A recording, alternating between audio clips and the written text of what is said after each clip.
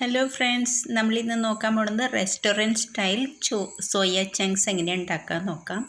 ഒരു പാത്രത്തിൽ വെള്ളം വെച്ച് കുറച്ച് ഉപ്പിട്ട് തിളപ്പിക്കുക. തിളച്ച വെള്ളത്തിൽ എടുത്ത് വെച്ചിരിക്കുന്ന സോയ ചങ്ക്സ് ഇട്ട് കുതിർത്ത് വെക്കുക. അരമണിക്കൂർ കുതിർത്ത് വെക്കണം കേട്ടോ. അതിന് ശേഷം അത് പിഴിഞ്ഞ് വെള്ളമൊക്കെ കളഞ്ഞ് എടുത്ത് പാത്രത്തിലോട്ട് ആക്കി മാറ്റി വയ്ക്കാം.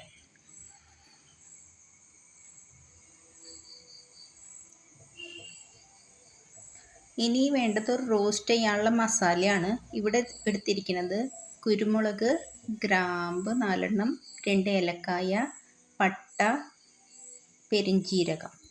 ഇത് ചെറിയ തീയിൽ വേണം വറുത്തെടുക്കാൻ. ഡ്രൈ റോസ്റ്റ് ചെയ്യാം ചെറിയ തീയിൽ. ആദ്യം മസാലയൊക്കെ ചെയ്തതിന് ശേഷം അതിലോട്ട് നമുക്ക് 2 സ്പൂണ് മല്ലിപ്പൊടി, 1/2 സ്പൂണ് മുളക് പൊടി എടുത്തിട്ടുണ്ട്. അതും കൂടി തീ ഓഫ് ചെയ്തതിന് ശേഷം വേണം ഈ പൊടികൾ വറക്കാനായിട്ട്.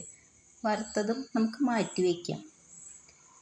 പിന്നെ 2 സവോളയാണ് നീളത്തിൽ അരിഞ്ഞത്. എണ്ണ ഒഴിച്ച് നന്നായി ഗോൾഡൻ ബ്രൗൺ നിറം ആവണ വരെ വറുത്തെടുക്കാം. അതും നമുക്ക് മാറ്റി വയ്ക്കാം.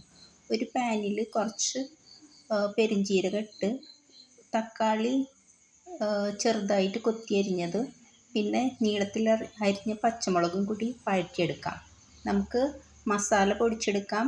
ഉള്ളി വഴറ്റിയതും അരച്ചെടുക്കാം ജാറിൽ. തക്കാളിയിലോട്ട് ഉള്ളി അരച്ചത് ചേർത്ത് നന്നായി വഴറ്റാം. അതിന് ശേഷം നമുക്ക് പൊടിച്ച് വെച്ചിരിക്കുന്ന മസാലപ്പൊടി ഇട്ട് മഞ്ഞളും ഇട്ട് വഴറ്റാം.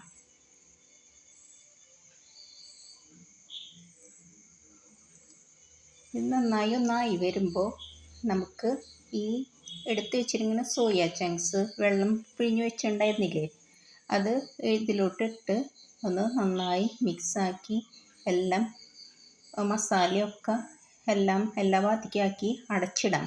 ഒരു 5 മിനിറ്റ് അടച്ചിട്ട് വേവിക്കാം. എന്നതിന് ശേഷം നുറുക്കി വെച്ചിരിക്കുന്ന മല്ലിയിലോട്ടിട്ട് തീ ഓഫ് ചെയ്യാം. സൂപ്പറായ കറി റെഡിയാണ്. എല്ലാവരും ട്രൈ ചെയ്ത് നോക്കണേ.